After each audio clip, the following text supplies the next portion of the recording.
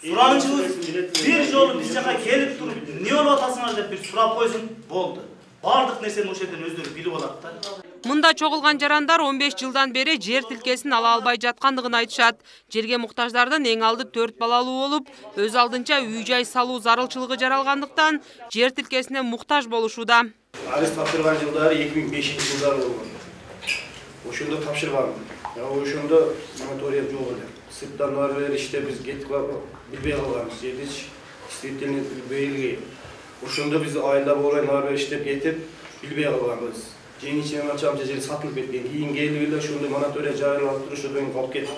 Ошо боюнча мына ушул күнгө чейин чек тууралуу бир барбаган жерибиз калбады. Какпаган иши калбады. Бардык барасак эртеге келже мотория жаралап койгон же мына бирдикте беребиз, же болсо мына Акжар айылына беребиз. Ушака трансформация кеткен жерге же ол трансформация болуп атабы, кагаз тапшырдыбы, жок жака тапшырбадыбы белгисиз. Мындагылардын эң алды 2007-жылы жер участогуна документтерин тапшырган. Бирок 2008 жылы өлкөдө сугат жерлерге мораторий жарыяланып, үй салуу үчүн берилүүсүнө тыюу салынган. Ошол себептүү жергиликтүү бийлик Акжар жана Бирдик аймактарынан элге тилке берүүнү убадалаган.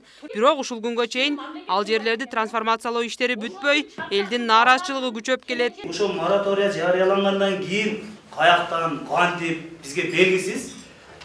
Өкмөттө иштеген биздин айылдан көпчүлүк бар, катчыбыз бар, айыл башчыбыз барбы, ошонун тууган ургу барбы, али 5тен бери чыга элек балдары барбы, жерлерди, чектерди алып бүткөн. Плюс ошол айылга деп бөлүнүп берилген сугат жерлерди баягындай эмеге деп иштеткенчи, бөлүп берет. Өзү иштеп, учурда 49 жылга документ кылып аптырган. Маалымат жыйынга чогулган Калинин айылынын жашоочулары андан ары айыл өкмөттүн имаратынын алдында чогулуп, Жоош айыл өкмөтүнүн башчысына нааразычылыгын билдиришип, жең алдынан кол алышып сатып жиберген жер тилкелер боюнча суроо салышты. Капаракадан алып деп, таң амал үйүнө барып жататкандан документти бүтүрүп бер деп, мен ошен аргим айтса ишене бересиң. Жок. Хорошо, мен мына чакыртам мен булай. Мойнуңа коюп берем. Мен ham акташ үчүн мойнуңа коюп берем. Коюп берем. Бул мисалы 2005-2006 жылы берилген жерлер. Мен берген эмесмин жерлерди. Пар берди деп атпайбы? Мен мойнуңа коюп берем. Берди деп атат, сатып үйүнө. Мен мойнуңа коюп берем. Мына азыр угуптар жакшы алып келдим, мен мойнуңа коюп берем. Мен ошолордун бар жоон алып келем жерге. Келим. Бирок мындай айыптоолорду Жылдыз Тилебаев четке кагат. Ал тургундардын көйгөйлөрүн чечүү үчүн болгон аракетин жумшап жаткандыгын жана өлкөдөгү саясий абалдан улам убадаланган кайракы жерди трансформациялоо иштери кечеңдеп жаткандыгын кошумчалады. 11-inde Бишкекке кеткен бойдон 8 күн Бишкекте жүрүп, трансформациянын ушу жердин аркасынан. Акжар менен Бирдик айылынан трансформацияга берген биринчи 102 гектар. Бирок анын ичинен 17 гектар менен 15 гектарды алып салып туруп, 69-70 гектарга трансформацияны даярдаганбыз. Акжардан основной.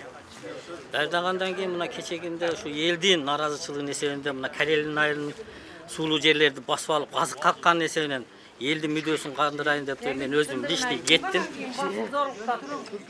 Мен өзүм личный Бишкекке барып, элдин атынан катты жазып алып барып Садыр Жапаровка кирбедим, немеге Алишер Сабыровка кирдим, личный саат 5-те туруп, саат 9-да өчүрүп алып кирип, ал менен сүйлөшүп чыктым, ушу трансформацияны жардам бериң, 4 жылдан бери биз кыйналып атабыз.